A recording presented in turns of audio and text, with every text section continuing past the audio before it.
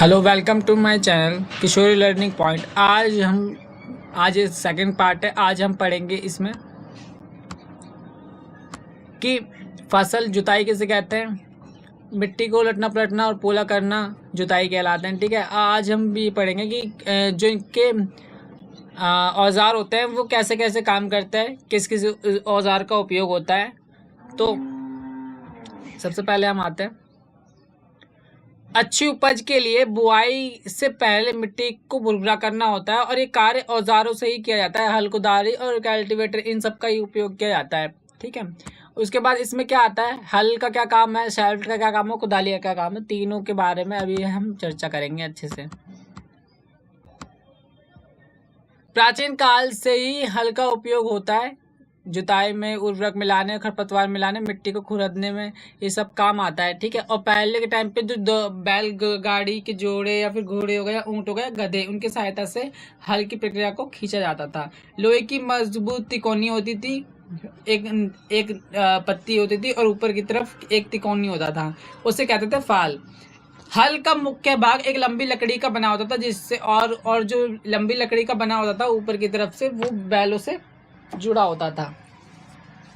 हल चप्ट किसे कहते हैं, इसके सिरे पे क्या हैंडल होता है तथा दूसरा सिरा जोत के डंडे से जुड़ा होता है और बैलों के गर्दन पर ऊपर रख दिया जाता है और एक बैल के एक आदमी की सरलता से चला जा सकता है, जैसे कि चित्र में देख सकते हैं। यह एक सरल औजार होता है। कुदाली, इसका उपयोग खरपतवार निकालने, मिट्टी को पोला करने के लिए किया जाता है। इसमें लकड़ी और लोहे की छड़ होती है और एक सिर पर लोहे की चौड़ी हुई मुड़ी प्लेट होती है।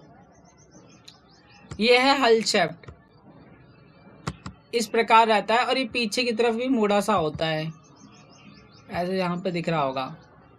और ये जिस डंडे की बात की गई है वो ये डंडा है,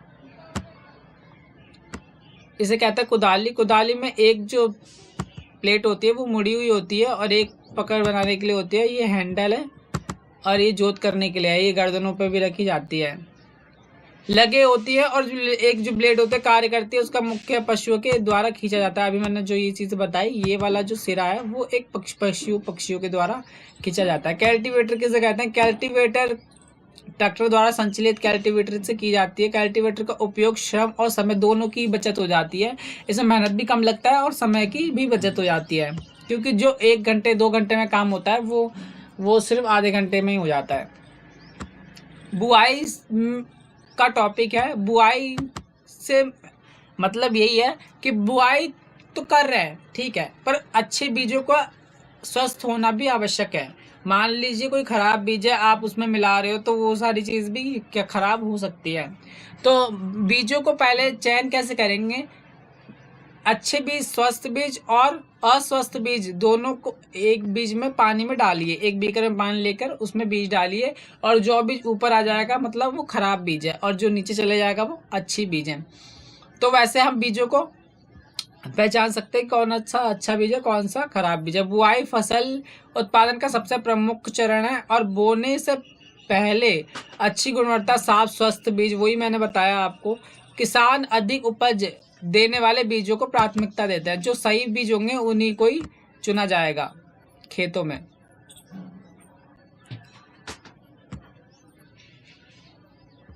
क्या कुछ बीज जल के ऊपर तैरने लगते हैं, बीज पानी में बैठ जाते हैं, वह हल्के भारी शीर्ष गज बीज खोखले हो जाते हैं। ये सारी चीजें अभी मैंने आपको अभी बताई है करेंटली।